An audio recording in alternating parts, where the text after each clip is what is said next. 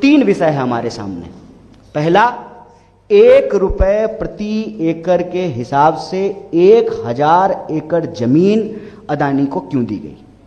दूसरा, जो इस प्रोजेक्ट से 1 लाख करोड़ का मुनाफा होना था वो बिहार के लोगों की जेब में पहुंचने की बजाय प्रधानमंत्री जी के दोस्त की तिजोरी में क्यों पहुंच रहा है।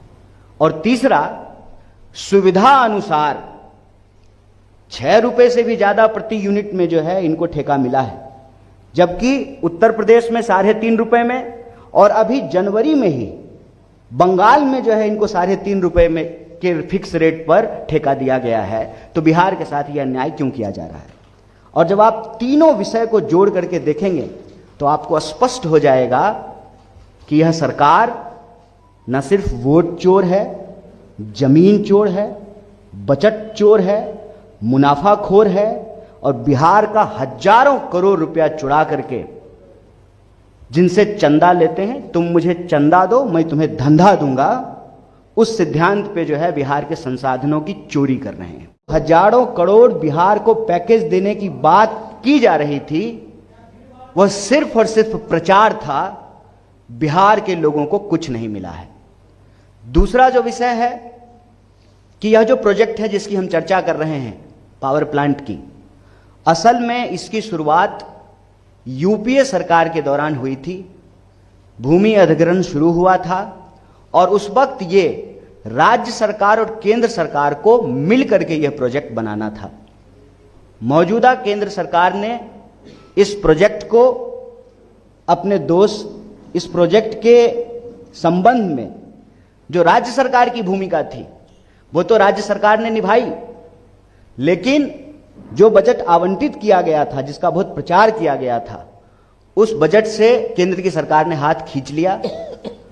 और जब तीसरा जो महत्वपूर्ण बिंदु है, इसको सिलसिलेवार ढंग से आप देखेंगे तो इस बजट के में, इस प्रोजेक्ट में जितना अंबानी जी खर्च करने का प्रॉमिस, अदानी जी, माफ कीजिएगा, क्या करें दोनों एक ही हैं, बड़ा नाम मिलता जुलता है।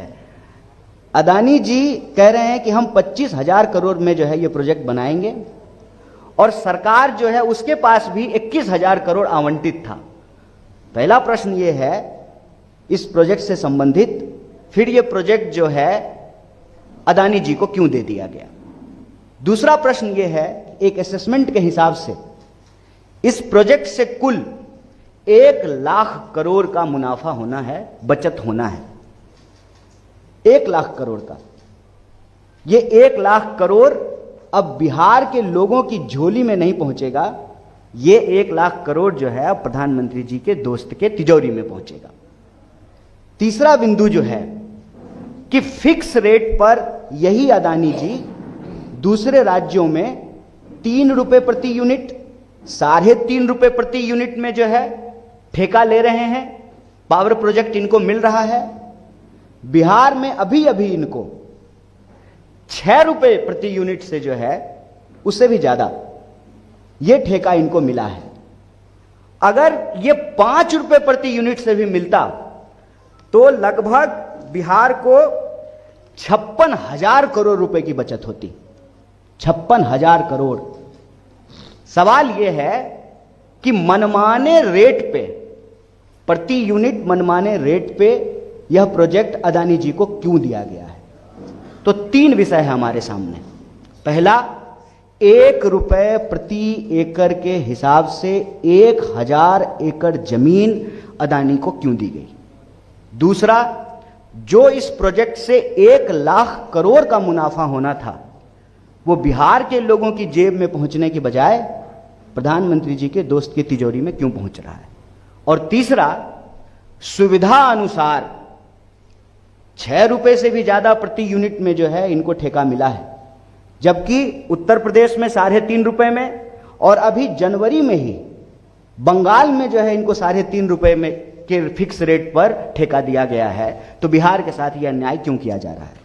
और जब आप तीनों विषय को जोड़ करके देखेंगे तो आपको स्पष्ट हो जाएगा कि यह सरकार न सिर्फ वोट चोर है, जमीन चोर है, बजट चोर है, मुनाफाखोर है और बिहार का हजारों करोड़ रुपया चुरा करके जिनसे चंदा लेते हैं, तुम मुझे चंदा दो मैं तुम्हें धंधा दूंगा, उस सिद्धांत पे जो है बिहार के संसाधनों की चोरी कर रहे हैं। इसी से विषय से जुड़ा हुआ एक बात और आपके प्रकाश में लाना चाहता हूं। हम क्यों कहते हैं कि वोट चोरी की सरकार जमीन चोर होती है?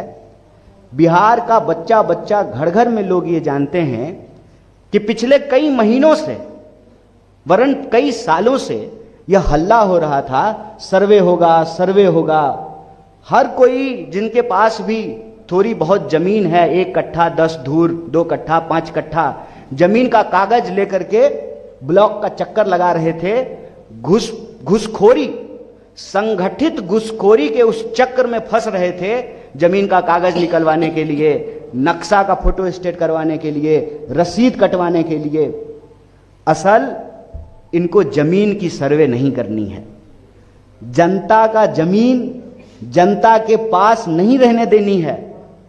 यह सर्वे नहीं है, इनकी गिद्ध नजर बिहार की जमीनों पर है।